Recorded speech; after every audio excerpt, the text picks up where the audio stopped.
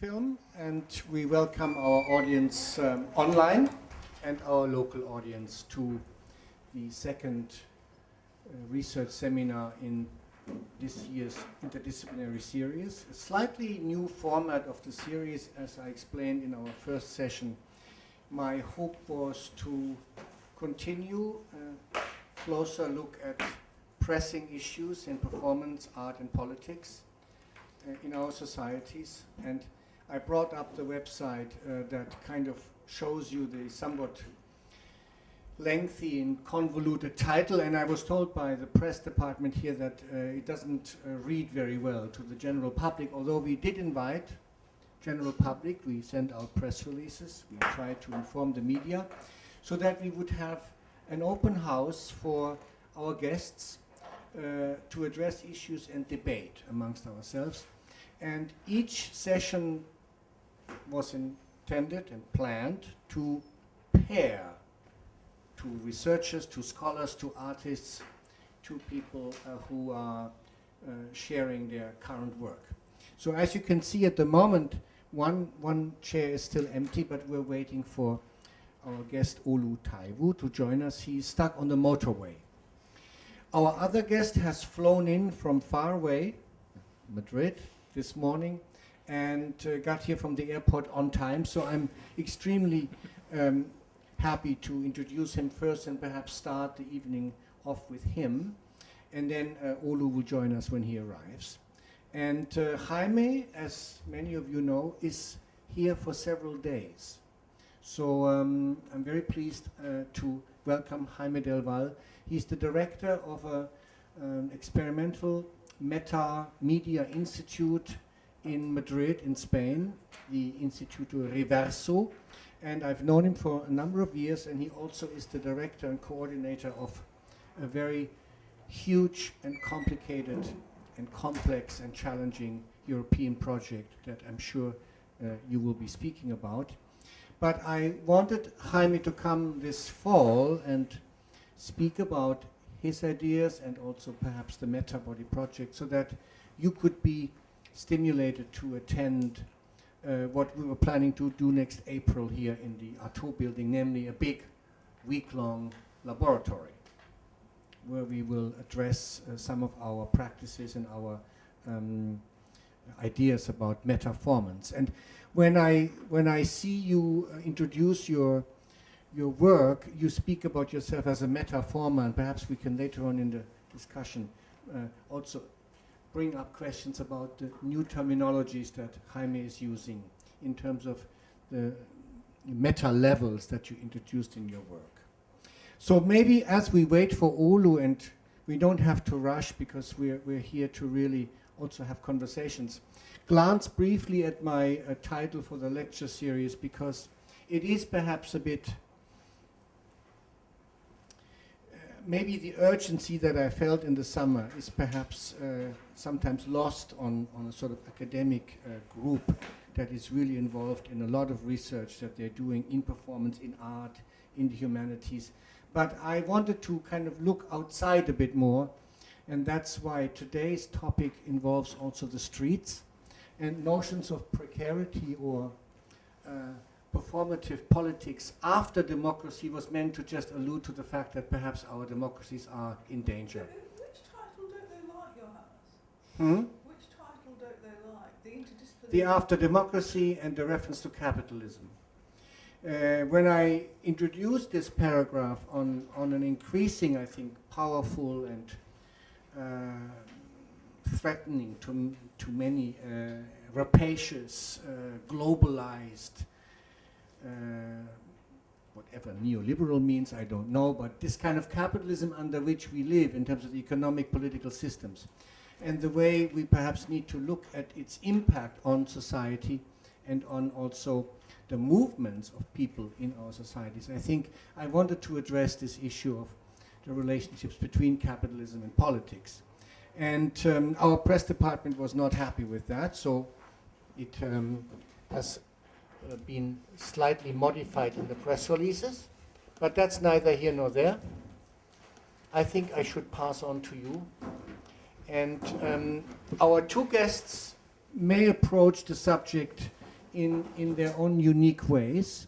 Olu is a dance philosopher, but he has recently moved onto the street a lot more, and he will be addressing street performance. Now, Jaime also performs in the street, but I'll let you introduce those ideas yourself. So it is a great pleasure to welcome an old friend and colleague who I hope will also enjoy working with you later in the week if you come to the workshops here on Friday and Saturday. So please welcome Jaime del Val. Thank you, Johannes. Thank you. So let me open.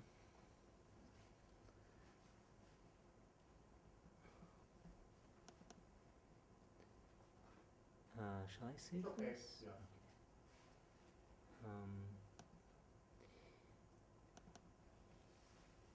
Yeah, it's a great pleasure to be again here. I was here quite a few years ago. 4 years ago, actually. Just when the Occupy movements were starting. That's when I was here first. Now I will be talking about a little bit about the Metabody project and how this project also deals with issues of performance, politics, the streets, and so on.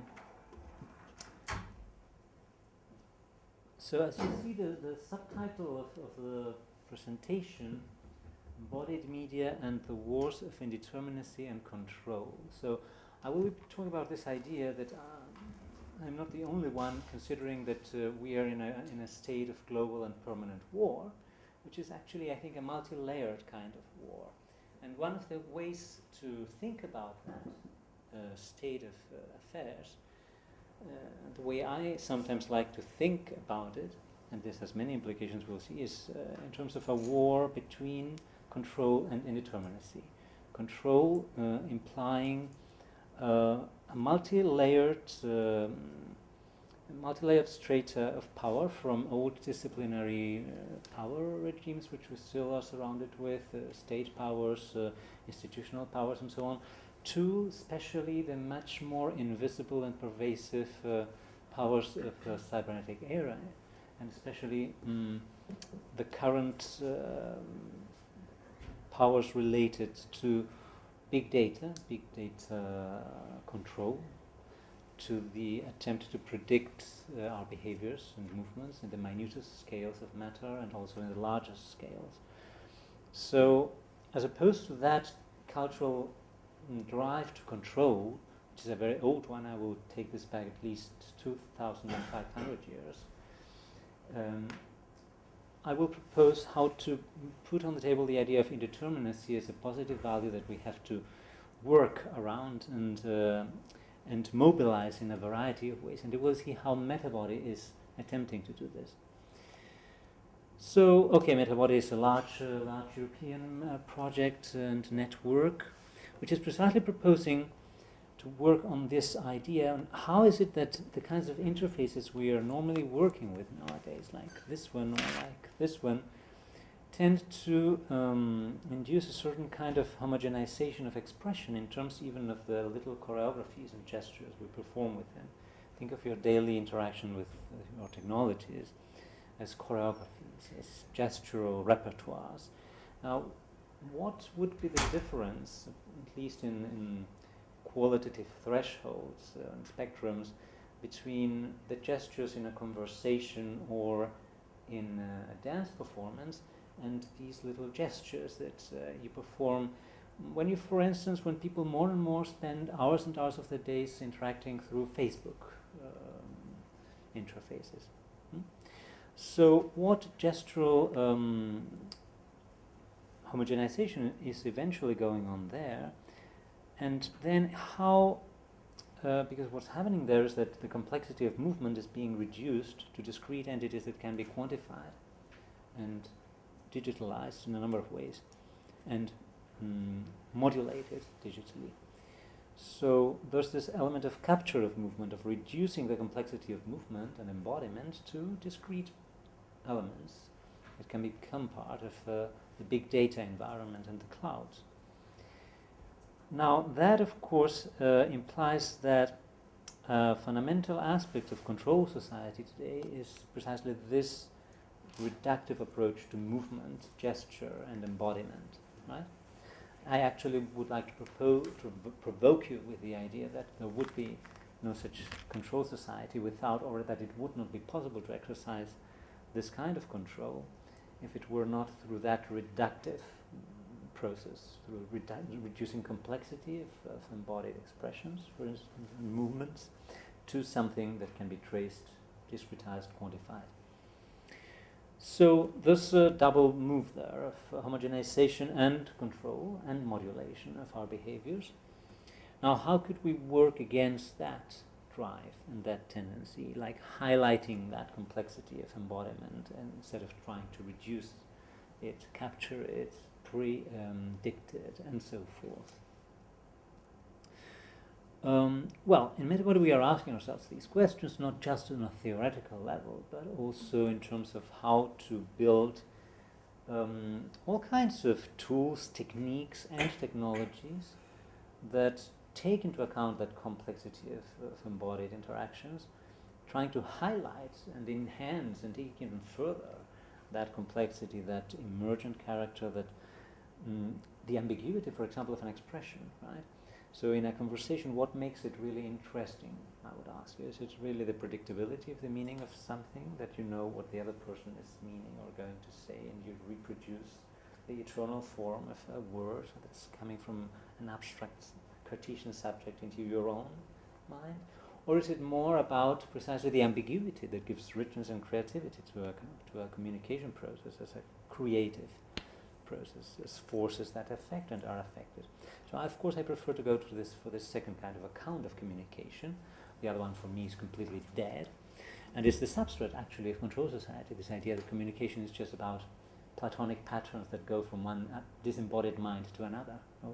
So that has a very long history. We'll see now a little bit on what it is grounded and why embodied media could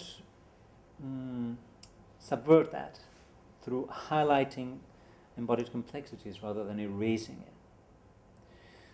So we're building all this, we will see some of the developments we're doing in terms of trying to involve and mobilize all that ambiguity of gesture, all that illegibility of gesture. How can that become a source even of resistance to control regimes that try to predict behaviors and classify movement patterns, which is one of the great areas of research in big data nowadays.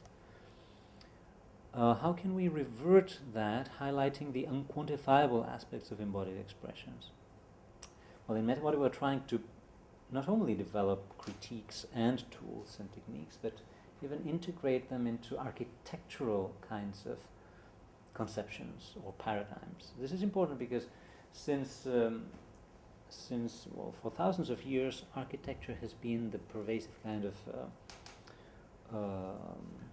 materialization of certain kinds of operations of power and control. From the Panopticon, as you will see, or even from much earlier on, the way in which bodies are organized and movements are organized has a lot to do with architecture. So rather than trying to reproduce an architecture of control, such as we have nowadays, how can we define a different kind of space, and even going to the deepest ontological aspects of how space can be defined? So what I will try to propose you later on is how to challenge the very notion of the Cartesian space, the extensive space, the space that's there, that's totally defined, that's measurable, that we cannot transform. And so, of course, everything that happens in that kind of space is also subjectifiable to all kinds of control operations. Now, what I want to suggest is that that account of space corresponds to a particular tradition of engineering perception. So we'll see a little bit of that tradition and see how we can put it upside down. So we'll speak about perceptual ontologies. How is it that the way perception is engineered, perception is organized, has ontological dimensions? It's producing particular kinds of reality. It's affording how bodies relate to one another and therefore create worlds, create environments, right?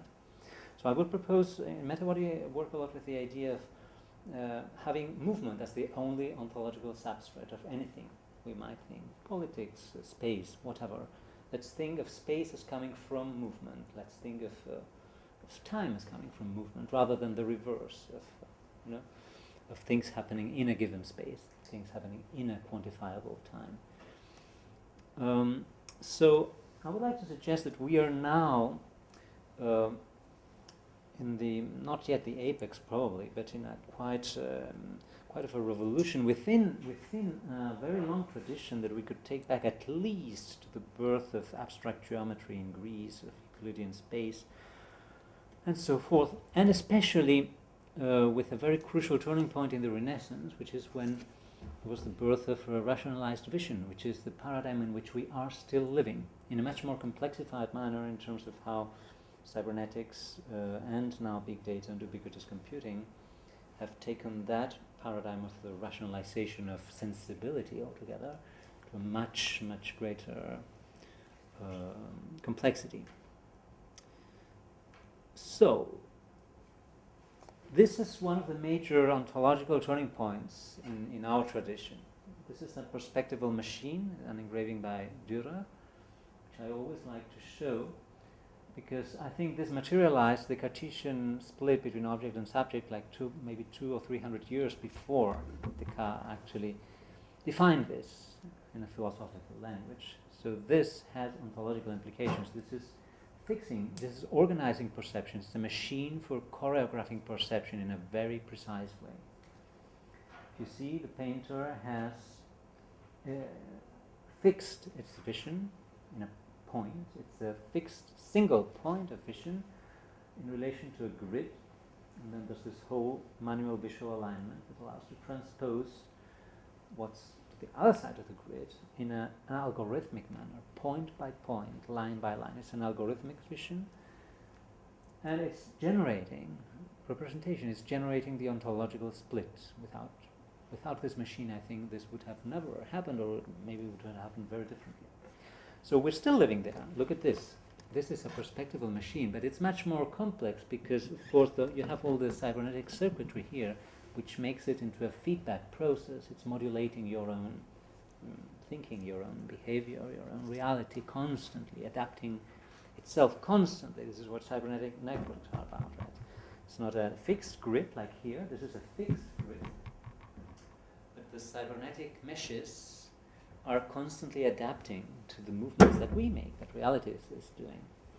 Indeed, some people like Luciana Parisi, who is in Goldsmiths, she's also part of the project, speak about we being now in an era of post-cybernetic control in terms of how, say, big data networks operate, not just trying to adapt themselves to the already actualized reality, but trying to preempt and anticipate the virtual, what's not yet there, right? Virtual desires, potential desires, for example, right? Okay, so this paradigm of rationalization of vision or of quantification of sensibility at a much larger scale is still now rising very, very high. We are in the middle of a big turning point with the Internet of Things, with ubiquitous sensors, like, big data is a metabody of billions of sensors and of algorithms choreographing, the signals that are running across these in very complex feedback processes. But we have also these much older architectures. Greek theater, you see there's a very strong connection with the Panopticon architecture. This is the theater of Epidaurus, which was, I think, again another turning point in which here you already find dualistic divides, circular and linear kinds of alignments of perception, this phenomenal perceptual machine that the Greeks invented, which I sometimes speak of it as the taming of Dionysus. These Dionysian choruses that were tragic choruses that had no location in such an architecture. They were nomadic, orgiastic. There had no difference between an audience and a spectator, or so forth. This became captured in this phenomenal machine in the moment in which a Greek polis was rising. to its the peak of their powers, right? So I'm going back and forth between many elements. Now, of course, you see from the Greek theatre to modern conceptions of theatre, where you already have the perspectival Renaissance window built in there much more strongly, to this further step in which every house becomes this perspectival machine. And of course now we are in this phase, but with perspectival machines being connected face to face. But of course this is going now much deeper. It's like sensors all over the body. It's other kinds of sensing that are captured in that kind of paradigm. Paradigm, again, that is more and more going into the virtual aspects of our behaviors, what's not yet there. No, this is already so from 9/11. It's like trying to find about not just the actual consumer, the actual terrorist, but the potential consumer, the potential terrorist, right? Both state politics and, let's say, commercial politics are about the virtual, are about the potential, trying to anticipate and modulate behaviors at these levels. Okay, so I even provoke you with the idea that big data is constituting now an ontological threshold and leap.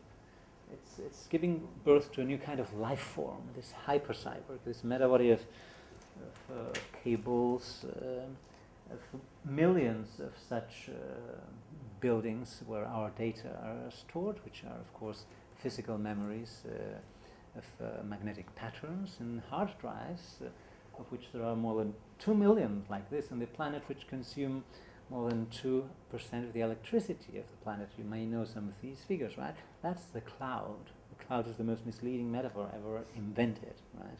Cloud is a heavy industrial metabody, which also relates to the algorithms that choreograph it, of course. And our bodies are a part of it. Okay. So, how move from this paradigm to a different account of space, of body space? So metabody is an expanded body, it's also an indeterminate body, it's a body in becoming. Meta in ancient Greek means both in between and coming after, so it has this transitional kind of connotation, which I liked, and which I use a lot. I all the time add this prefix in many issues. So metabody is an expanded, indeterminate, emergent body. A body space, a body architecture. So you will see in the what I will show now briefly. These are the original sketches which I did for the Metabody project, and in a minute you will see how they have become materialized, at least in the part of work that I've been developing inside the project for now. So you see these were just figurations I did 3 years ago for the project. Taking images from digital projects I had done. So what you see here superimposed on the bodies are digital architectures. Now the challenge in Metabody was, one of them was to make them physical. How do you create a space that not only in its digital aspects, but even in its whole physicality is emerging from movement? Right, so it's never fully there. It's never fully actualized. It's never a fully Cartesian kind of space of control, which is measurable and where you assume this perspectival point of vision. No, it's a space of movement that is emerging from the movement, where you can never assume such a fixed point of control of perception. So these were again the sketches. This idea of multiple modules interconnecting in different ways, all this movement, so imagine them as never fixed, all the physicality of the space moving and transforming.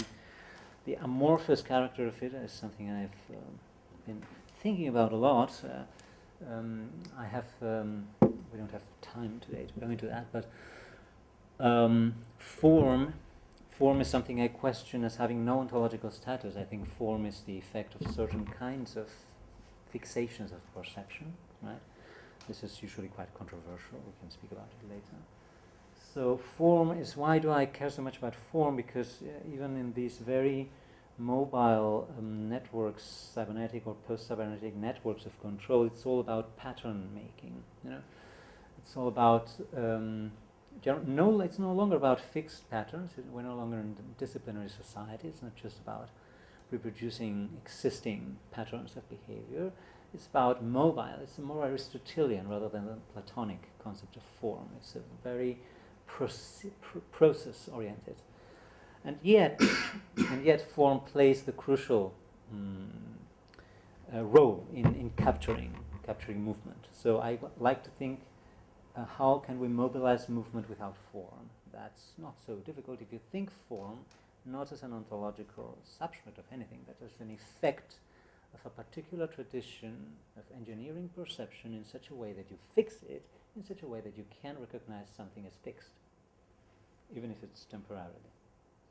So challenging all that is quite an interesting work. It's interesting that maybe this year is precisely the 2500th anniversary of the book of Parmenides, which is in our metaphysical, Western metaphysics history, the turning point in which, for the first time, in a very radical manner, there was this idea that there is an disembodied intellect which is fixed, right? Which had never existed really, that idea before then.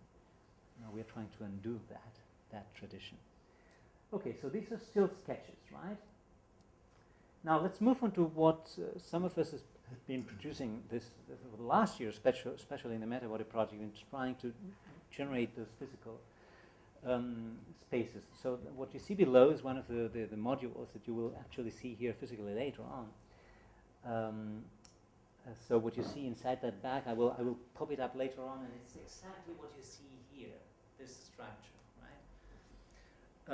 Now I am proposing to call these structures flexdynamic or flexegrity structures, as opposed to the well-known tensegrity or tensile structures. Why? Well, because what we are working on is a paradigm for building a dynamic account of space and a self-construction degree, is that all the elements are totally flexible. There's not a single rigid element. This is itself an important idea, right? So we're trying to build accounts of this flexible, although I'm totally fascinated with tensegrity techniques, right? That's a whole world in itself, but this is a bit different. I also like to work on the idea of undoing the notion of kinesphere in terms of a geometrical form. So the meta-kinespheres I've been working on, which you will see now, are trying to precisely generate a much less geometric or clearly reducibly geometrical kind of space of movement. Of course, some would say, oh, there are still geometries here of some kind, right? But in any case, I'm interested in infusing some rhythmic complexity into that, rather than try to smooth it, whether in lines or in curves. I think smoothing curves are as problematic as lines in contemporary society, as a kind of aesthetics of control that smooths movement, right? So this is the first prototype we did in July 2014, just over a year ago. This was the first meta-kinesphere, which we brought out into the streets.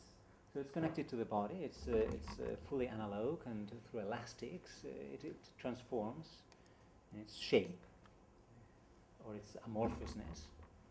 I don't want it to have a shape, really. Right. Then we experimented with all sorts of ready-made materials, because there are amazing industrially made materials from the tent and golds and this kind of industry, especially pop-up materials, which have an extraordinary dynamicity, the dynamics, right?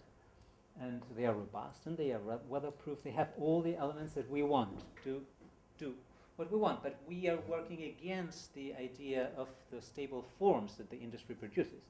We work against the idea of the tent with the meta-tents. We work against the idea of a goal and so on.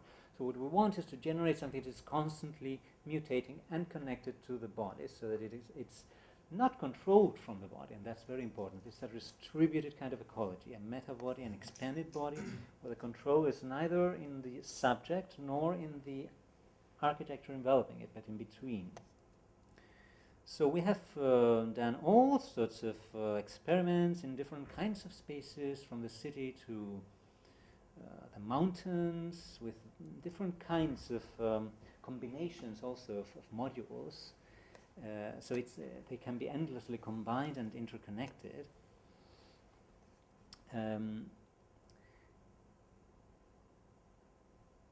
so these are all different tests that have been done over the last year. Then, forming swarms of kinds of interconnected bodies. Adding, of course, the different layers of projections and sound that I've also been working on for years. Working a lot on movement alone. So for the most important, maybe the most basic layer in which we care about this notion of dynamic space in Metabody is just working through movement. So how can you transform a seemingly static space into something different just through how you move? For instance, in the street, walk out later on into the Brunel lane there and walk at extremely slow speed, like this. And you will see how perception in space is transformed, right? So the temporality of movement itself has an incredible transformative power in terms of the space formation.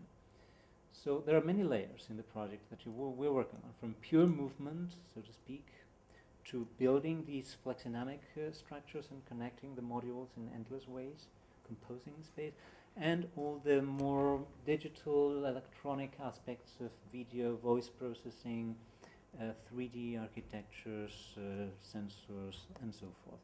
And now, of course, we're working also on putting motors into the structures, very light micromotors. It's a very portable paradigm that lets these structures move, say, autonomously.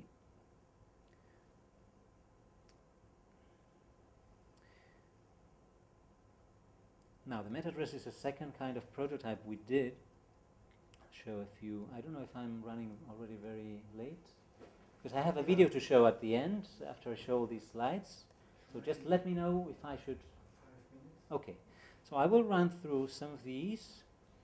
Here you see the MetaDress, and I'll put the video where you see this moving, because all this is always moving. This was in New York with the MetaDress.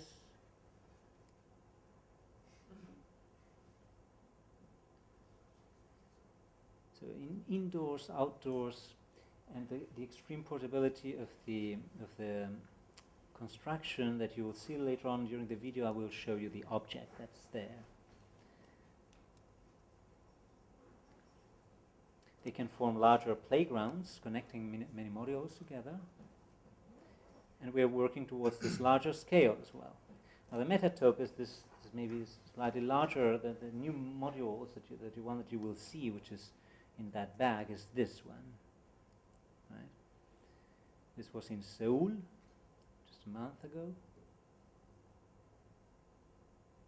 And now we are connecting several modules together, and this can expand almost indefinitely, right? You can build whole, much larger structures through that. So you will see now in the video, this was in Paris just 2 weeks ago, with the audience entering and being part. That's we can speak later about the metaformance notion, how we are trying to dissolve this spectacular distance and involve people in a transformation of their own perception. That's what I call metaformance. And the Metatopia occupied a point zero. We did this last July in Madrid with larger swarms of modules in different places in the city. So I will now show a short video that summarizes some of these interventions so that you see it in motion. And in the meantime, I will show you the object.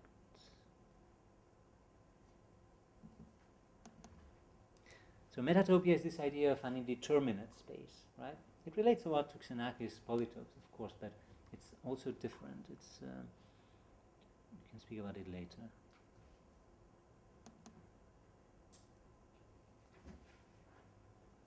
What was the way to put it in full screen?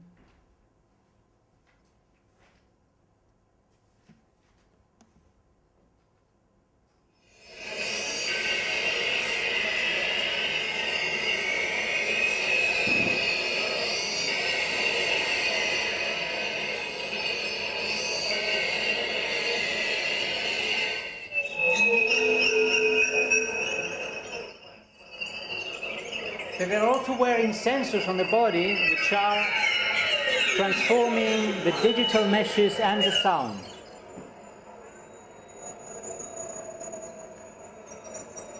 And the next step now, in the coming months, apart from scaling up, is to put motors that pull the actual structures, also like a swarm of movements that are autonomous from the bodies inhabiting them.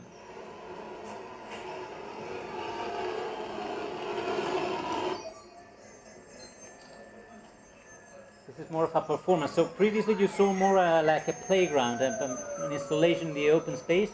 This is a performance I did in Seoul, also in the open space of the university, Ewha University.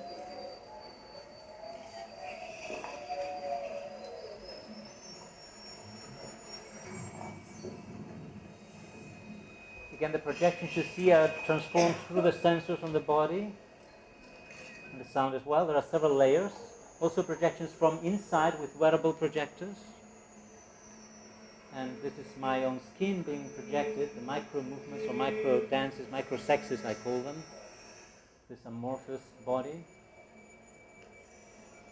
So challenging the whole tradition of anatomy, of this mapping of the body and its functions is also something I'm interested in questioning.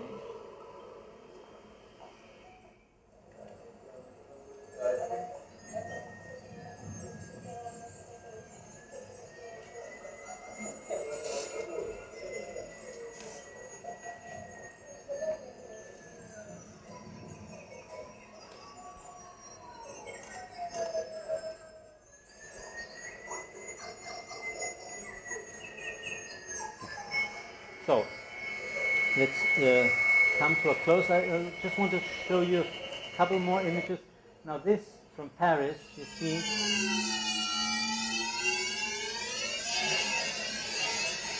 how the audience enters the actual structure. They become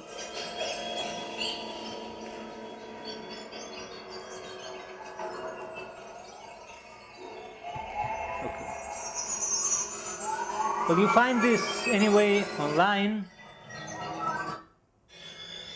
This is actually, it's inside the Metabody website, but there's a direct link to it. If you put metatopia.eu, we have a microsite for this, right? Metatopia.eu, you find directly this summary video. And just very quickly, so the very portable paradigm, you see how you can carry it very easily. This is where I carry the structure that you are seeing there, that very structure.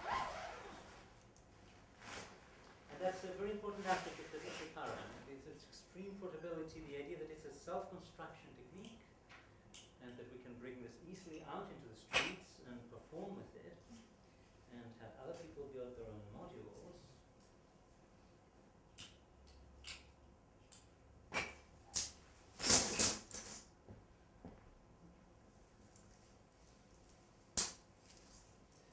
So now I would have to unfold these, you see, and then it becomes what you have seen in the video. Right? So we will be working on these in the coming days. You're welcome to join us.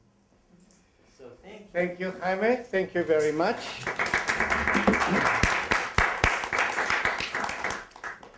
And surviving the heavy traffic and queues on the motorway, Taiwo, another old friend, dance scholar, practitioner, philosopher, and dance maker, who's worked both analog and in digital media, and is an educator now, senior lecturer at the University of Winchester.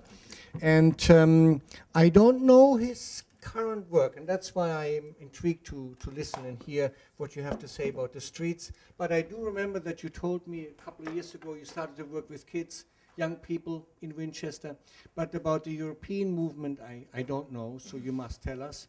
But Olu is someone who I respect greatly because of his philosophical interest in the body, metabolisms, and also somatics, and in a sense you could say a spiritual side of the body. Yes. So please welcome Taiwo. Thank you very much.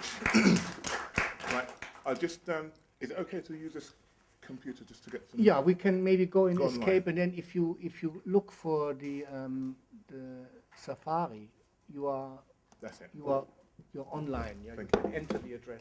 Okay, so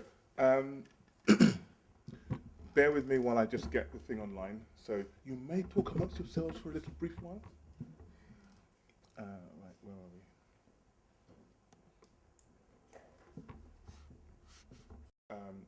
Introduction, and I want to also say I'm so pleased to be back here. I did a lot of my developing of ideas with Johannes and also with Sue, who have been mentors for me, who I greatly look up to, and have influenced my work. And the kind of work that I'll be talking about here, I will demonstrate some things for you and just talk a bit about the work, where it's developing. And it's kind of, in some sense, started after my PhD, the kind of work that I engaged with Johannes and Sue. And one of the key aspects that I was fascinated by is interactivity.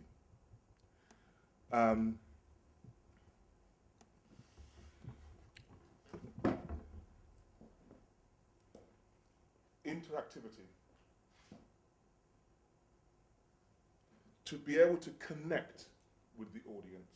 Now, I'm now working at the University of Winchester, and we teach the only street arts BA honours course in Europe. And the French are not really happy with us because they're the ones who really are they are the dons of street theatre. And we managed to get the first street arts degree. But I must say it was a hard job to persuade our government that street arts can be a degree.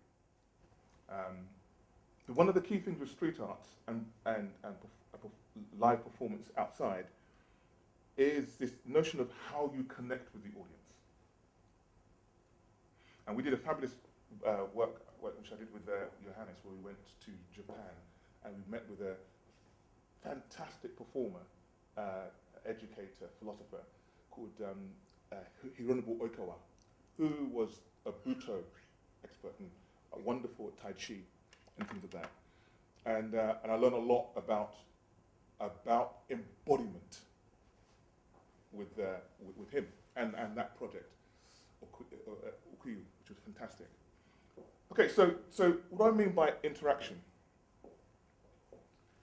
I suppose in ancient, and we talked about sort of ancient discourses, you'd have the idea of rhetoric, the ability to persuade. Now with a theatre, there's a paying customer. Someone comes in, sit down, you've got an audience that's going to be sat down, which is great because you can do things when people are sat still, or maybe if you invite them into the space in the kind of arto context, there's a kind of captured audience. People have paid, there's a kind of sense that you're going to go to this experience and you're trusting in the artist. With the street or working outside, what's fabulous about it is that people can, you have to capture them. You have to engage with them in some way to be able to hold them there. And keeping them there isn't one of being alienating, but actually continually interacting with the audience. And our students on our first year course, we work with not just individual street arts performances, but also working in a devised capacity. And then also they have to be able to produce a festival where they have to organize other acts. But with that, you have the issue of risk assessment.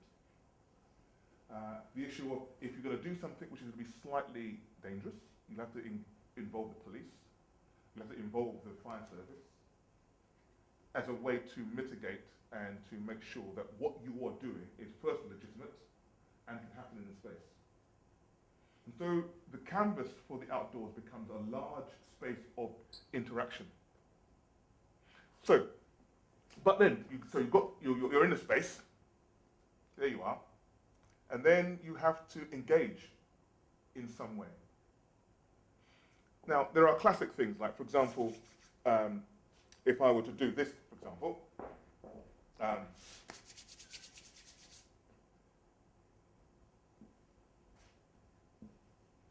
okay, you kind of know what you want me to say. You know what I'm trying to do. But you can't, you mentioned perception, which I thought was really interesting about the fixity of perception and how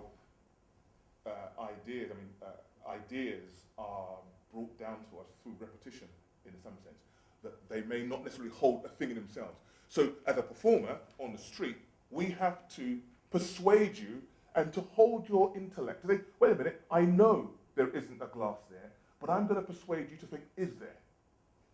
That's the point in which we talk about suspending disbelief. Because then, if someone's walking along and they'll have that double take, and if it's continuing, then you're starting to interact with them, and then they'll think, well, I'll just be late for a bit because I want to see this. This is what is going on. And it doesn't necessarily have to make sense, the beauty of street art. It can just be something which is fascinating. So now, if I do this,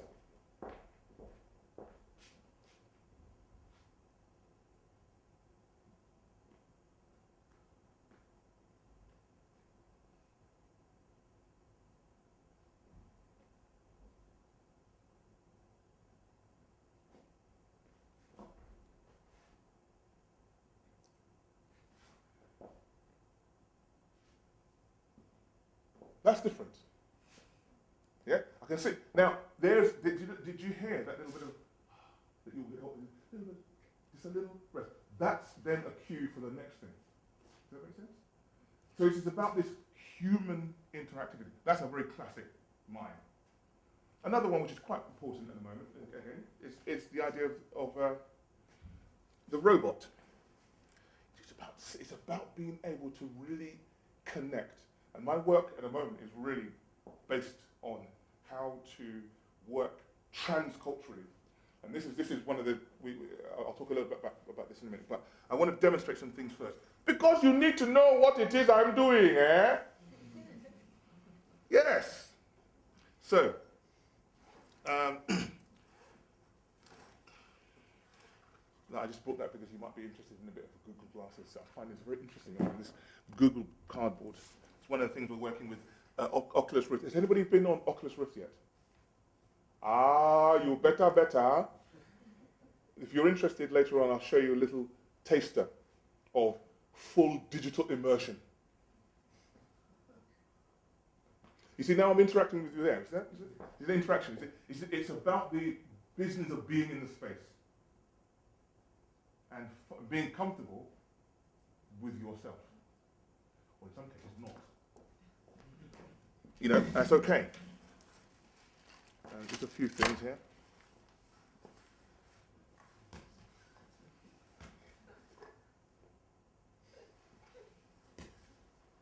That's what I'm looking for. Yeah, and this as well. Yeah. So, now, where was I? Talk about the robot. Now, again, about interactivity and about suspending what is it that is required to make your body, what kind of practice do you need to do to make the precision of the perception you're trying to give snapped. So,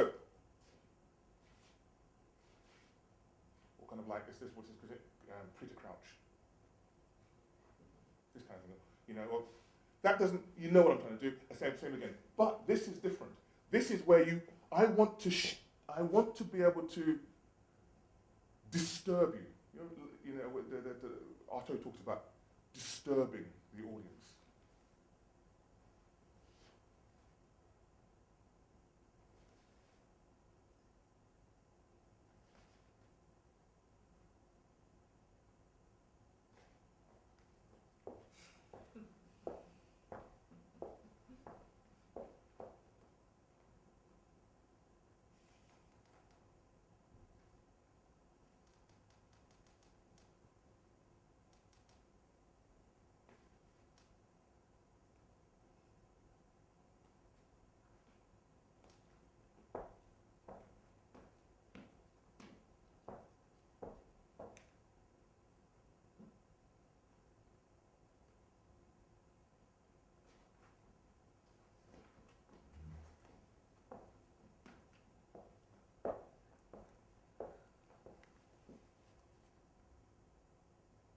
That's slightly disturbing.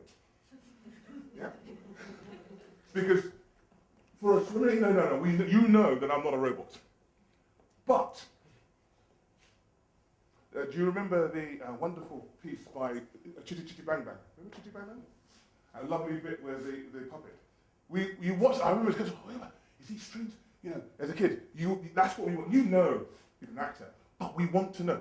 And when you see it, so if I did a puppet like this, because sometimes you actually want to, no, what are you trying to say to an audience that wants to turn around and be, so this becomes,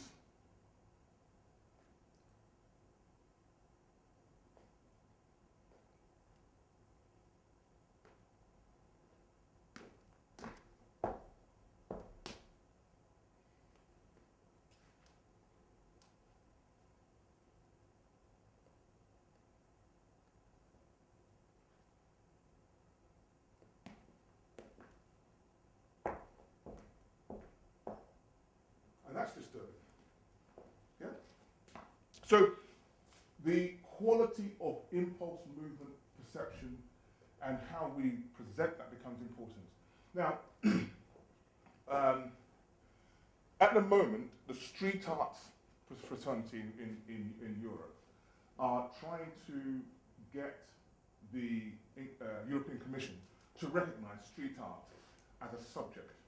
At the moment, it's not a subject, it's somewhat smuggled underneath drama, or maybe physical theatre. But street arts as a subject, as a political thing, because then funds start to flow from the Commission in some ways, once it's recognised. So we've been in the process of doing this, and one of the things that I have been involved in is trying to work out towards an international qualification and experience in sort of European education teaching in street arts. Now, the thing is, with our students, you know, we might say, you can come in, do the first term, we'll give you some tricks and tricks. Well, no, we can't. Actually, it's a bit like riding a bike. The first term, you're outside. They need to know what it is to fail to attract someone's attention. Because we can have wonderful ideas, and say, we could do this, and you do it, and if it's not persuasive, people will just pass. And then you think, right, okay, what have I got to do? And there's usually one moment when people they do something which goes beyond their skin and beyond their perception into the audience, and people turn around, and that's the moment you know you've got your act, you're developing the act in situ. So a lot of the street artists in Europe were saying, and also in this country were saying, how can you teach street arts in a university? I said, no, it can't happen. Until they saw myself and also John Lee, who's also one of the kind of lecturers on our course. And they realized that we were to do it through practice. But at the same time, examine the kind of crucial issues that are related to the form. So,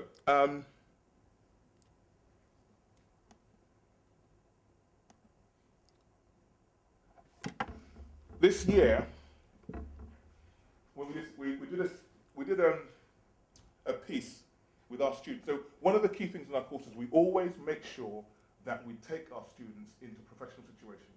So the second years, who are now currently third years, went to Slovenia. And you understand the situation in Slovenia is quite intense at the moment with the refugee crisis. And the theme was, the performance I was doing was Brecht's Mother Courage. I don't know if you know the play, Mother Courage. It's a very powerful anti-war play and very clever, very, very clever. And also really challenging this notion of being absorbed totally in the play, but giving some people a kind of distance to be able to look at what's going on and think, okay, well, there are no heroes here, there are no villains here, we're all complex characters, so what do we do with that? How do I now have to look at this piece? Because there's no beginning, there's no end, it just starts and then it finishes. So one of the things I wanted to talk about with this is this idea of conflict and war that are transcultural themes. Now, my parents are Yoruba. And it was a fantastic when I was working with Johannes, because that was a truly transcultural experience.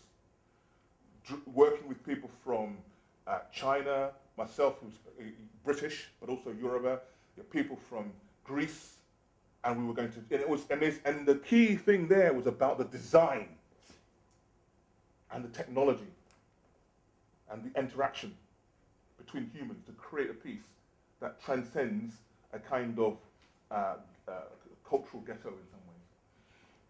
But so transcultural things become interesting because what do we mean by transculture? I mean the name of this page was to develop issues surrounding pedagogical methodologies. What happens when you have a number of different people from different cultures, different backgrounds, different priorities working together to learn something? Learn something, to live together. I mean, we can see what's happening with the European Union, which is crumbling in some ways, because there are various agreements that can't be held because of these differences and cultural differences.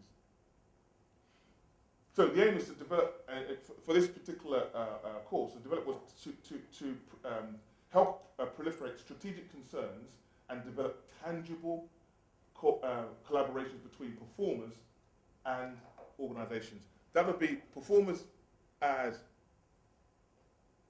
an organization themselves, so it could be individual performers. It could be organizations, not just in universities, but also organizations that deal with street arts. So for example, working with creation centers in France, which we work with quite a bit. Now, there's one particular character, Fernando Ortiz. His concept of transculturation is a really key aspect, because working in the between the wars and just after the war as well, he come up with this very powerful idea of how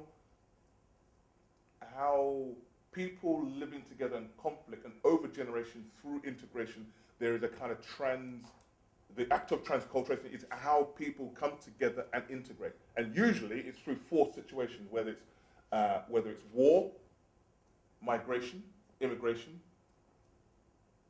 interracial marriages. These are all precipitation for people forced to live somewhere, and then you have the conflict, and then slowly some kind of resolution, or not, depending on how things go.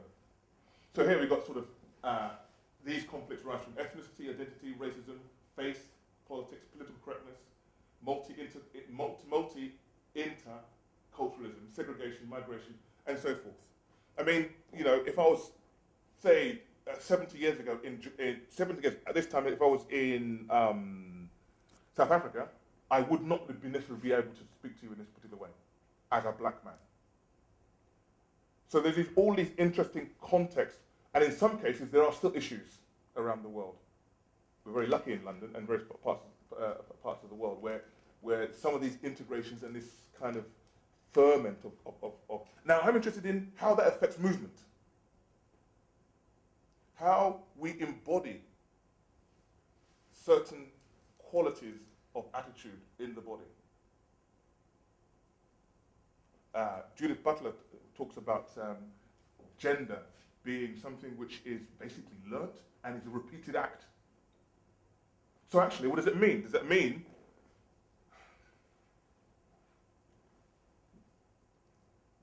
that I can remember and find my own internal female as a performance?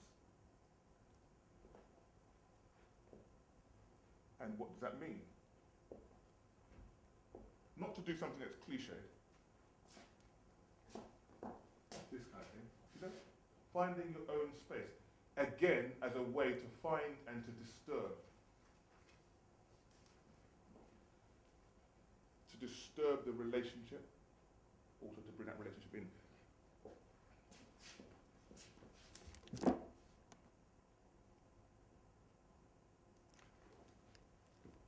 So this is basically about the Mother Courage. So we were working with a Slovenian company, and it was interesting because the students had to then learn a different way of rehearsing. So I taught them before we came out to work with these guys, which was an intensive 48 hours training before we went out and performed in Maribor, which was interesting because I came back to Maribor again where we performed. And also in a beautiful place in Austria. But what's interesting about this is that Mother Courage, which is set in the 17th century, 30 Years' War, as a mother, she represents the courage of being normal in an extraordinary situation. Cynically, highlighting the futility of war. So virtually all the major kingdoms were involved in this traumatic conflict as the Holy Roman Empire started to unravel due to the transcultural, transnational war that raged between Protestants and Catholics. And this sets the context. And as a result, further transcultural activities emerge. Now, my mother, she's Oyo, my mother's Oyo, no, my mother's Ijebu Yoruba, and my father is based around Oyo, which are two different kind of ethnic groups of Yoruba people. That wouldn't mean anything to you. These are untold stories within Yoruba and European history, unless you've studied West Africa. But they're very different. So a lot of West African cultures have undergone this transculturation. There's a bata dance, which is this bata dance, which is this. This is a bata dance. Now you'll see that as an African dance. Well, actually, it's two. It's Yoruba and Nupe, two different styles of dancing coming together because of an intercultural marriage. That then goes over to with the enslavement of Africans, and you have salsa, which is a similar kind of or capoeira. And these forms suddenly have these different flavors from the journeys that they have. So the question then comes, is there such thing as a single culture in our bodies and how we move? Particularly with the advent of the media. I remember when I was growing up and the Fonz was out, we were all going out. We started to, for no reason. I don't know Fonz. I'm not Italian American. And yet we all started to copy that movement, and it descends into our cultural DNA. And I find this fascinating, the performed act. How do we, in some way, first practice to know what these movements are, and also, how can we find ways of using that knowledge, that deconstruction, for performance? Ultimately, for performance. Gotta dance. We want to be in this particular context. Well, not want to be, but you know.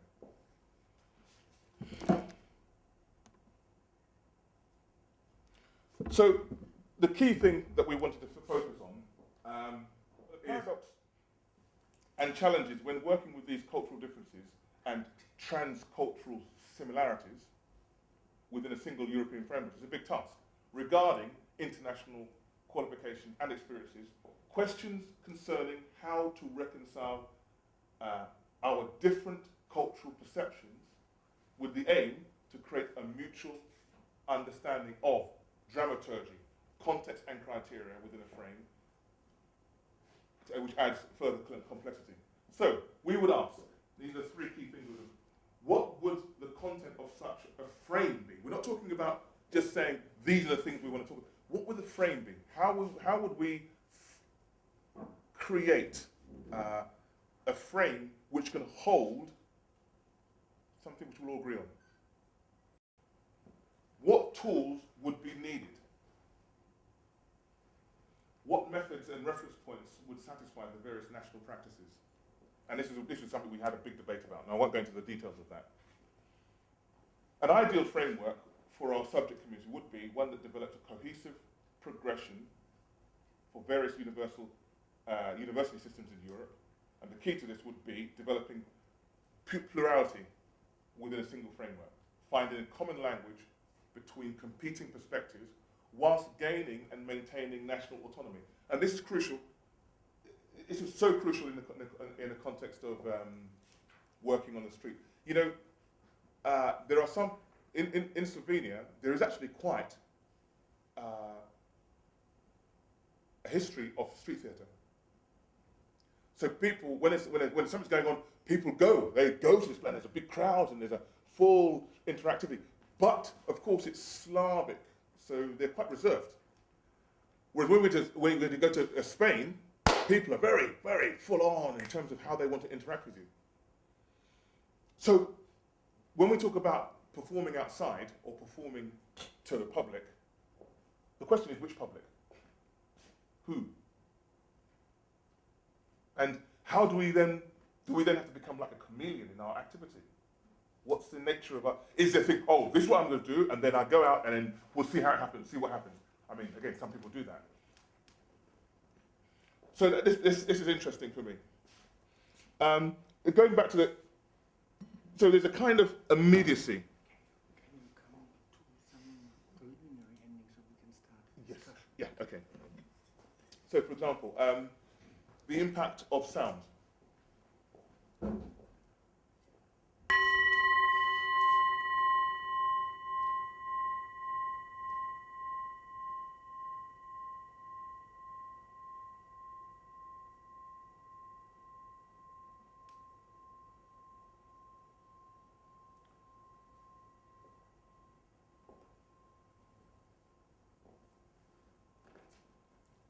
And it's still going, of course. The impact of this is interesting because this is from Tibet.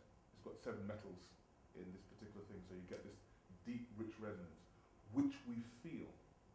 I could play this on the stereo, and the stereo would control, in some ways, how the sound comes through. This is analog, it's direct. The sound of my voice, the sound of the movement becomes direct. So I wanted to use that as a kind of example. Just going back to the fixed point. Something I don't know. You just check just to make sure you know that's not a funny ball. Yeah. You happy with that? Yeah. Now, we're talking about Larvin earlier on, and I totally respect your notion or desire to debunk the kind of fixed notion of the kinesphere, and I love what you're doing. I think it's really interesting. Because in a sense, effort and control become something which is interesting for perception. How to create something which we know has that kind of weight, that's the weight it has. But when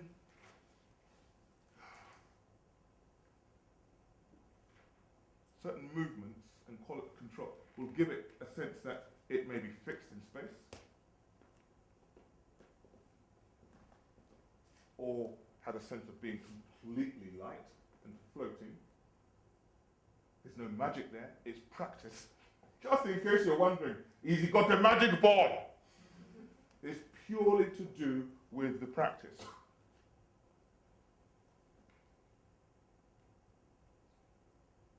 And this is something which we've been working with in terms of movement.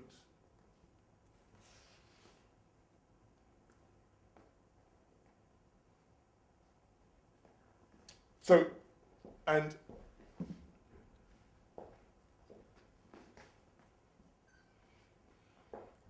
I'm not a juggler, so I'm going to juggle, but not. Now, if I did this, you know what I'm doing. Okay? So okay, so it's clever. I can talk to you. I'm not looking at the ball, so that's quite impressive. Yeah. So that's regular. So now, but that's not interesting. After a while, you think, well, okay. So we're interested in how to do something as simple as this, and what it would take to do something else. Where you start to wait a minute, what's happening? Parts in your brain can catch up. So then, if I did this now.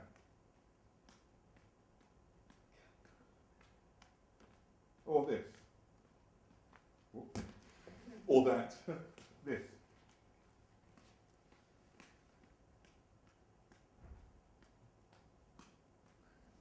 Yeah? Suddenly it becomes something else. It ceases to just be juggling the ball, but something to do with a pattern, movement of the space, and then requires you to try and work out what it is. I think probably, I'll just see what I've got here. Okay, so very, very briefly, we can finish on here. This is something with which I've done some work with Sue on this. So I've been working with the quality of the physical journal, developing this idea, along with all the work I've been working so far. And the key aspects of a particular fusion I've made called urban Buto, the central pursuit in the practice of urban Buto is an experience of the sublime flux in movement. and this is talking about the animal spirit dance that I do. The sublime, not necessarily divine or good or happy, but sublime, something which transcends into flow. A state encountered through improvised acts that fragment, deconstruct, reconstruct perceptions of mundane and stylized movements in phase with rhythm. Essentially, urban Buddha seeks, in the practice of improvised movements, to challenge how effort is applied to and in temporal space by a person's embodied journal. So, how we employ effort to energy, rhythm, posture, stances. Difference between posture and stances. Posture is something I hold. A stance is the nature of my holding it. Stance is your kind of, standing here is a posture. Standing with conviction or anger becomes a stance which we recognize. So these are the things I'm playing with at the moment. I'm playing with them in a performative way and also in a pedagogical way and I haven't really talked much about my digital practice in that. There was a big area in that. But I wanted to focus mainly on the techniques and the skills that we're developing to attract attention or to hold attention and to interact with. Thank you very much. No.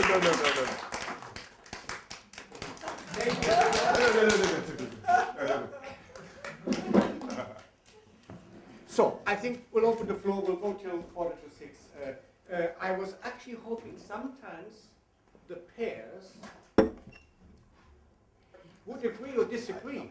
And I think maybe here's a beautiful moment where maybe Jaime, in his practice, he speaks a lot about the disalignment. Yeah? Whereas I know how important alignment might be for practitioners working with a certain holistic understanding of the body and somatics and whatnot.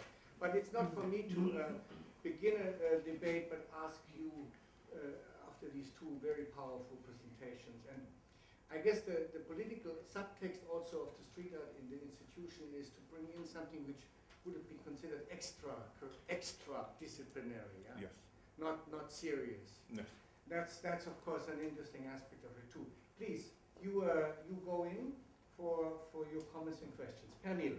Yeah, it's a question for you. Yes. You were speaking about embodiment. Mm. Embodiment, when you address to the audience in street theater. Could you describe it? Because I mean, embodiment, it's like people know what you're talking about, but how would you describe it? Okay. I would describe it as, in Tai Chi, we have this idea of or in ballet as well, when you are holding your arms, they have one of the transmissions is 3 bows. There's a bow from the feet all the way through down into the other feet, a bow from the tail to the top of the head, and a bow like this. And the idea is that you hold the extremities of those bows with awareness all the time. So that if I walk into a space now and just do this, I can be talking to you, but you can see that my body is sort of fairly relaxed, and there's no kind of, I'm saying to you, don't worry about looking at too much, just listen to my voice. But if I'm coming in here like this now,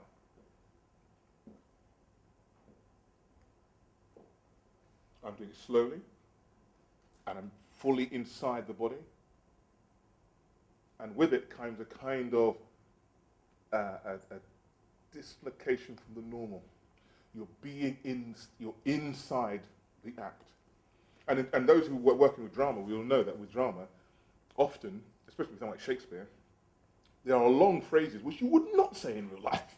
A lot of drama is artificial. So then you have to embody it is to find how you are inside consciously with the act, emotionally, all the time.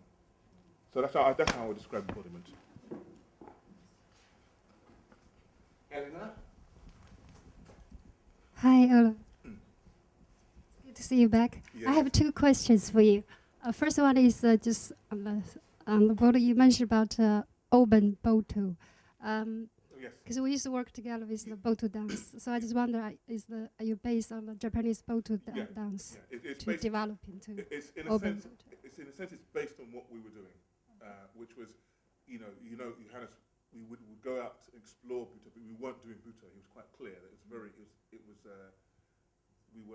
we were being in the structure that we were working together. We're not trying to force as another style into how we do things, but being in the structure that was present. So with that came a sort of cultural thing about, and also we went to Japan, and Oikawa, he said to me, do some your breakdancing, do some of your movement, and combine it. And it's sort of like, this is my Buto. It's not, this is one. It's an urban, and that's where I grew up. I grew up in a council flat. So I work with those styles to play around with it. So it's based in it, but it gives a little bit more freedom to express. Second question, what's the difference between street art and site-specific art? God, that's a good question. Site-specific. Site-specific. That's a good question. Well, in some ways, there's no real difference. In some ways, but the emphasis would be the difference. I mean, you can have street art acts which are site-specific, and installation. I think if there was a shade of a difference, it would be that with street arts, you're not restricted to just doing something outside. You can do a street arts piece. The way I was engaging with you, I was using street art skills, very much to do with rhetoric, performance, mistakes, playing with the audience. That's the kind of, it's where the fourth wall. Sorry, yes. No, I even think that street art doesn't necessarily have to be site-specific, because site-specificity means that you develop a specific dialogue with a particular place. Of course, always when you do something in a space, even this one, you do the dialogue, whether you want it or not. Mm-hmm. But site-specificity should imply certain awareness and elaboration of that dialogue, which doesn't always have to be the case in doing street art, right? Yeah. And it's a wonderful thing that in France they have this idea. Those of you who speak French, please forgive me.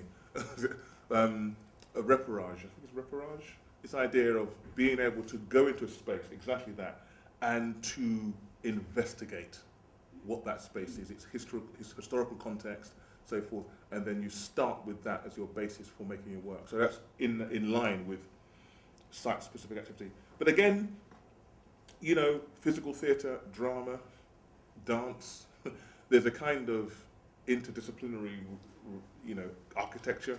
I mean, moving architecture and moving forms, challenging is, there's a lot of complexity which is blurring. Is it reparage? I think it's reparage, yeah. Reparage. I've not heard the term. Yeah. Hi, thank you both for the presentations. Jaime, I have a question for both of you. Jaime, about the role of the nude body within these shapes. If you could speak on that, and when other bodies come into those shapes, why are they clothed or not clothed, and the role of the nude body in this type of work. The nude. The nude. Sorry, nude. And whether the use of the nude body inevitably relies on some romantic notions of the nude body compared to the clothed body, because it was most highlighted when clothed bodies came into the shape. And then for Olu, similar question about, in a sense of the role of the local in the street arts that you're looking at with this cultural kind of global focus. Where does the local of street arts, which is often a very common aspect of street arts, play within that kind of frame? Well, in a way, my clothes are those shapes, but I'm playing with something which doesn't fully cover. It's translucent, so it's playing a lot with inside, outside, with blurring boundaries of the body, the limit of the body. So now the cloth is 3 meters wider from your skin. It's an architectural cloth. It's translucent, so you know, playing with all these issues for me is very interesting. For me, it would be absurd to be dressed inside that, because that would bring in a highly encultured element, which I'm not interested in playing with. And that brings me to a very interesting question, which I think there's a very interesting contrast and you know, dialogue. I mean, it's complementary ways of addressing this issue of plurality, for example, or in terms of or the attention issue. It's very interesting, because when I do things in the street, the way I work, well, first of all, I'm more concentrated on this, which I mentioned, I call metaformance, which is my own kind of perceptual transformation, right? And so we try to involve people into that experience, and that needs a lot of intimacy, so to speak. It requires a lot of a deep attention mode, but very diffuse at the same time. It's very strange. So we are working a lot on what attention quality, and we find that we have no vocabulary. So in our culture, you know, what kind of, you know, qualities of attention you develop very differently in very different specific perceptual situations. When we go deep into, you know, what kind of, supposed to talking like this, talking like that, you know, or you know, other kinds of relations which are not perspective. So for me, it's interesting then that we work a lot on this idea of illegible affects or illegible gestures. So we want to also operating on the border of disturbing, but not quite. So what I'm interested then is to just infuse indeterminacy into the atmosphere, so to speak, you see? Rather than attract through some specific, which is, you know, it's just complementary ways of saying, well, you know, how can you enact a space? How can you transform a space? My approach is not so much through something that captures your attention in that way, but that opens it up to a larger level of indeterminacy. So, and then this issue of how you involve the people in the experience that you are having. So trying to completely blur that split which we saw in the perspectival window of you sitting there, me doing the thing. So it's a different kind of approach or attempt in trying to operate not at the level of content, but of the actual perceptual process of relationality. And then, you know, so the new, I never think about it as a naked body, really, until someone raises issues about, oh my God, what's going on? Well, it's interesting you should say that, because one thing I'll come back to your point, but just to sort of follow with your point there. One of the first things we do with our students, excuse me, is teach them statue. That is the ability to give the impression that you're a statue. The first thing you say to them, you can't actually be a statue. Do you know what I mean? So forget it. Forget trying to be still. You will move. What you do is you minimize the movement. And there's certain tricks you can do, like to hold your eyes open for a long period of time, is a way of working where as soon as you feel the need to blink, you just move your eyelids slightly and you trick your brain that you've blinked. And so you keep tricking your brain that you blinked. Yeah? Get the idea? So there are little techniques you can do. Now what we find, and what they find quite quickly, is first we do something, they go outside and it's like, oh, you know, nobody's watching. Say, right, okay, now we're going to work with stitch. Just stand there, do nothing, be still, and hold the form.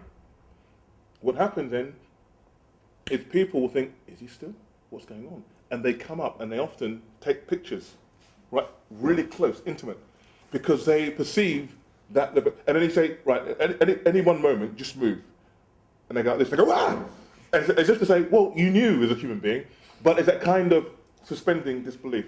And what I found interesting about it, I think actually being naked is essential, because there's this thing which we have in street arts, which is playing in there's a bandwidth of normality, and most streets have them, and different times of the day. So, you know, the bandwidth of normality, just before work when people are rushing around is different from in the middle of the day or on holidays. You know, it changes. And that bandwidth becomes something which is acceptable. So if you're running fast, but it looks like you're running to get something, that's okay. You don't notice it so much. If you're being still, but you're kind of, they don't. But if you're completely still with your eyes open, that's not normal. And so people, or if someone's running fast, going backwards and forwards like this, that becomes. Or if you walk and you're completely red, just walking around. We had one student who she just did full clown makeup of the whole lot and just went to do the shopping. She just went, I want to go and do my shopping. And I sit in just playing like this, and people sort of, because it's about playing with this normality. And what's powerful about is that you talk about intimacy, a bit we did with Buto, is this idea of intimacy where you lay yourself vulnerable. And then the audience will see that and start to make their own particular calculation between skin and then moving architecture. And I think that's really important because that's the intimacy that I think you feel like you're. But going back to very briefly, the local is crucial. Local is crucial. And that's where interactivity becomes essential, and also research. But there are acts. The key thing is there's a perfect storm in terms of what you're working with. At one level, you've got doing the research to find out how things are here or there, but also dealing with themes that are of universal concern. And that's what grabs people. That's what usually,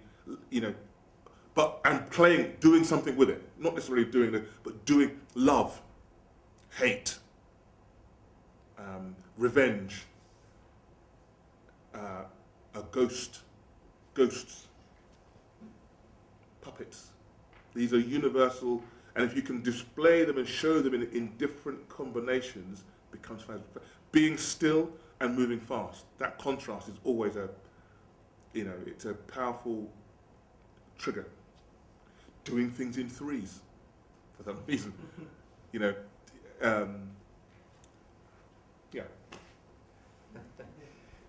Thank you. Any questions from? Yes. I have a question you about street performance. You mentioned sometimes quality, but what do you think about the quantity? Like sometimes even the people who don't have any quality, but when they gather a lot of number of people, it's something interesting. Yeah, that's interesting. Yes.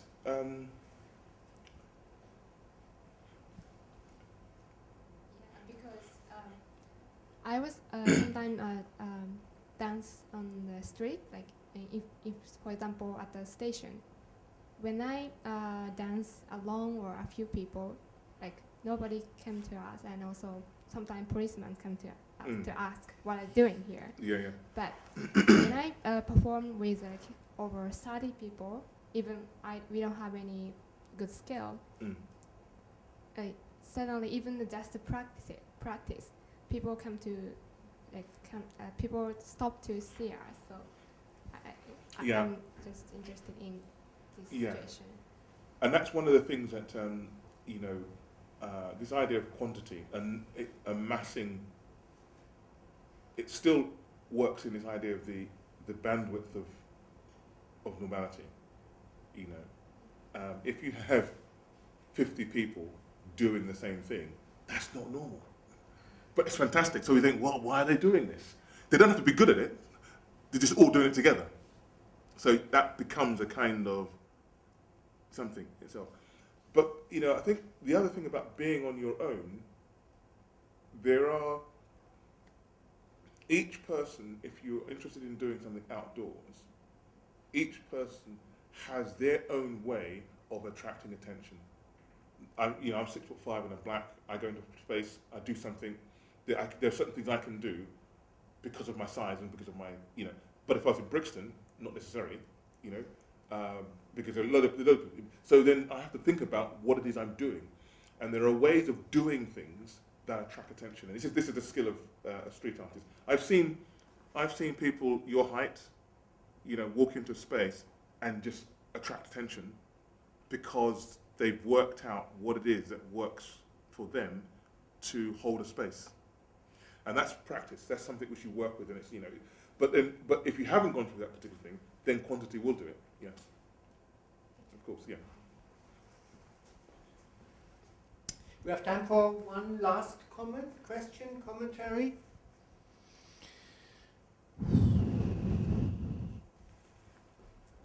Thanks. This is sort of for both of you, because you both touched on it in different sort of ways, but there seems to be some sort of hierarchy between like digital interaction, like digitized interaction, and analog interaction, as you put it with the sound thing. Do you think that's inherent, or do you think that's something that we put onto it?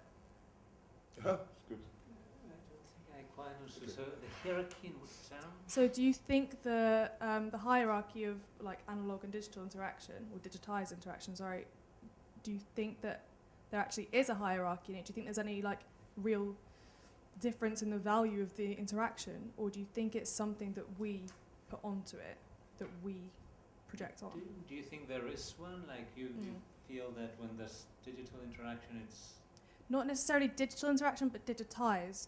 So like with the sound thing, like it's coming through the speakers, is that actually like lesser than the analog sound? I see. Or do you think that that's something that we... You mentioned Yeah. about the sound. Yeah. Personally, no. That's personally, because I like the combination. Okay. But then that's my upbringing, and I love sounds that are, there's a wonderful piece that was in Okio where the body had speakers, and so then sound was coming off the speakers. We do that a lot. Yeah, I think it's great. Localizing. As you put past someone, you hear something, and it's doing this here. So I think that. I think it has to do with how you. So if you have a stereo system, stereo per se is a reductive kind of paradigm. It's reducing the spatialized account of sound, spatialized nature, if there is such a sound, to something centralized and fixed, and that is reductive. But if we use little speakers, like in Metabody we like to say soft speakers, which are disseminated all over the space, not loudspeakers, or playing a lot with spatialization of sound. That's different. And I'm much of a musician, mostly. In background, so I play instruments, analog, as well as doing electroacoustics and so on. So I think it depends on the approach. There is that. The mainstream tendencies of the digital, if you see how stereo music culture is happening, is a highly reductive, homogenizing culture. But we can do something quite different with it. Yeah, I would agree. I would agree with that absolutely. That it's what you do with it. The sound. There are drums in Yorubaland and also in Zimbabwe. You can get these log drums which you put on the ground, and you play them, and they just travel on the ground. They just and it's to do with resonance. When I bought this, I bought it from a Tibetan monk, and they had several. They had this really big one. They said this is an ancient, and he wasn't for sale. When he hit it, you felt the sound. Now you can feel it with big speakers, but it's reductive, so it should change. Now of course, quad speakers, where the sound becomes spatialized, is another thing. So I think it's what you do with it. But then really sometimes working against certain dominant kinds of, stereo or screen or centralized vision. Really you have to work against certain kind of established modes of organizing perception and sensibility. And that's what makes the difference. In that sense, the political question for your work would then also be this test of the bandwidth, as you call it, because when I was watching the films and listening to Olu, and I'm remembering scenes of street theater where I was attracted to stay, just stay and watch. What is it that attracts my attention? I was wondering, have you so far, what are your observations so far of your urban interventions, let's say when you were in Madrid, how do they capture the people, or are they still a bit alien for people that they, like when you think of a clown in the street, usually you have a circle immediately. Yeah? But I think, I was wondering. Obviously, I'm not interested in having a circle. I know, but what do you think will be the effect of your interventions in terms of attraction? I've done many different kinds of interventions, very different ones. So some have attracted immediately a circle, much to my dismay. No, dismay. And others, like in the summer, like we talked about it, and I agree that there was not yet, because maybe they were still too much in the making. You said something that I felt interesting, like there was no energy field still capturing, or there wasn't yet an energy field coming up in those particular interventions. In other occasions, I have felt more of such an energy field, but I think considering what kind of energy field, not just how much, right? What is the particular quality of the energy field that you generate? Not just how many people, that you suddenly have 500 people looking at you. I would hate that. That's just the opposite of what I would like to generate in terms of an interactive relation with someone who becomes close to becoming inside my life.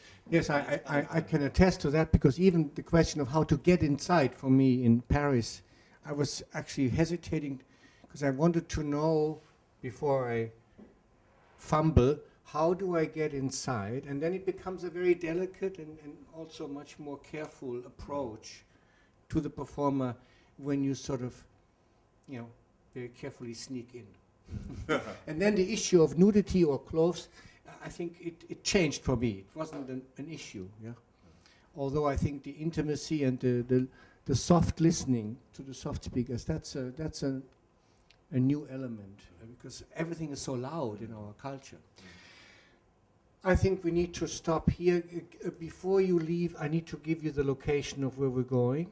Yeah, but it's for me to thank our guests, Jaime del Val, Taiwo, and you, the audience, for being with us for this extended period. Thank you so much, and good luck with all your work. Great.